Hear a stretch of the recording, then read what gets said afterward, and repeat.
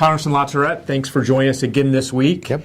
It feels a little bit like Groundhog's Day, but it's hard for us to have a conversation about what's going on in Washington without once again talking about immigration reform. What's new, what's happening, what's changing, what's the prospects? Well, the Senate keeps plodding along, and they're expected, I think, to have a vote sometime this week on whether they can pass it. But last Thursday, Senator Cornyn, who had an amendment that basically dealt with border security first and then pathway to citizenship second, his amendment was defeated, I think 53 to 46 or some such thing.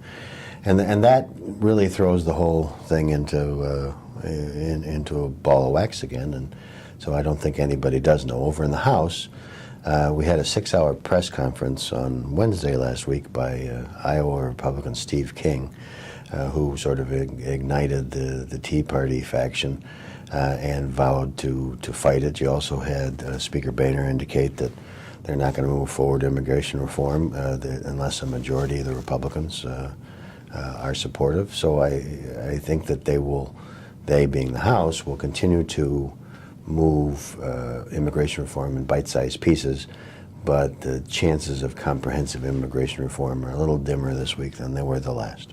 And I'm sure we'll be talking about this again in the weeks to come. I think probably for the rest of our lives.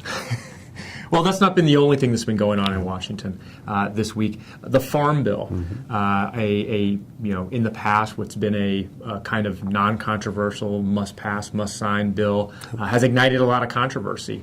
And we saw the unusual moment of a bill being brought to the floor and failing to actually get the votes to pass by the majority. What's going on with the Farm Bill, and what are the prospects? Well, I think it's too early to say, but again, last Thursday the House defeated the Farm Bill in the final vote, and the dynamic is still the same. And so with the Farm Bill, you have what's called the SNAP program, which used to be called food stamps, and now it's called the SNAP program. And the bill that was brought to the floor had pretty significant reductions and restrictions on the food stamp program. But Republicans continued to offer amendments that would reduce it further. And so what you got is a bill on the final vote that Democrats, by and large, weren't going to be supportive of, except for maybe 20-some that are in farm states, because they thought the cuts to the SNAP program were too severe.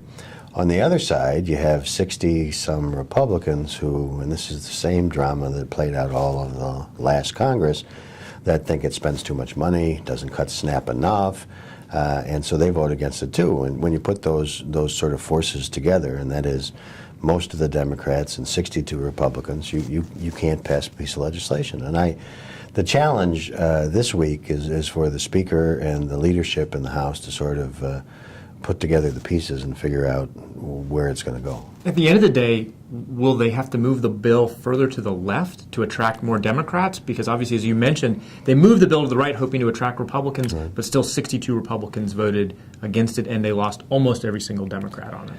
Yeah, but that then is where the Speaker finds his problem, because there was outrage this week on immigration when he suggested on one of the Sunday shows that he would move an immigration bill, or it was important to get it done.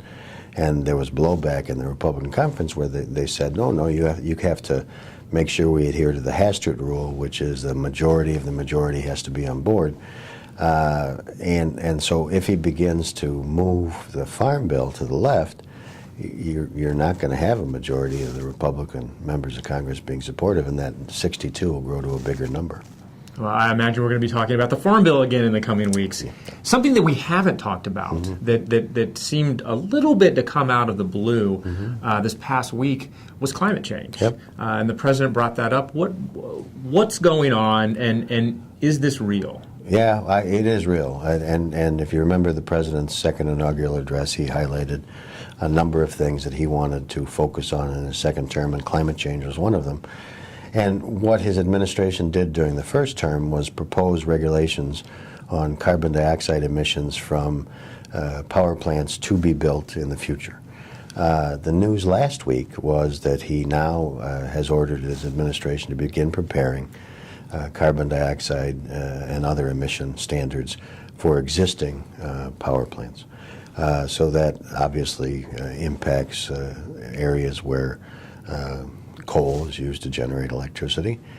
In Ohio, I think about 85% of the electricity is coal generated. And it's going to cause a big, it's going to be a rumble. And you're going to see the electric utilities basically indicate that it's going to cause the shuttering of a number of existing plants, and thereby everybody's electricity rate's going to go up.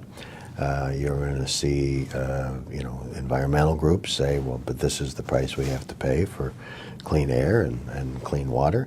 And this is, if he actually rolls out these proposed regulations, this is going to be a battle royale. Do you think that this is a battle that House and Senate Republicans are looking forward to? Do you think this is a one that they believe is a political winner for them? Well, it's a winner in that if you can link it to everybody's bill going up, electric bill going up, and if you can link it to jobs and the fact that the jobs will be lost if you shutter these plants, it has the potential, but it's a tricky one because if you, even though the environment, when people are asked what's the most important issue to you in the country, the environment never scores high. But if you then double back and say, how do you feel about clean air and how do you feel about clean water? It's very hard to be against clean air and clean water. Right. And so it's a tricky balance that's going to have to be waged. But what the parties will do rather than, and this is one of the sad things about Washington, rather than trying to figure out that sweet spot in the middle where you can have clean air and clean water, but you also don't cripple business and jobs and the economy, they'll stake out their positions and sort of begin to message to their bases, and that's why I think it's going to be a rather bloody fight that's going to go on through next year's election.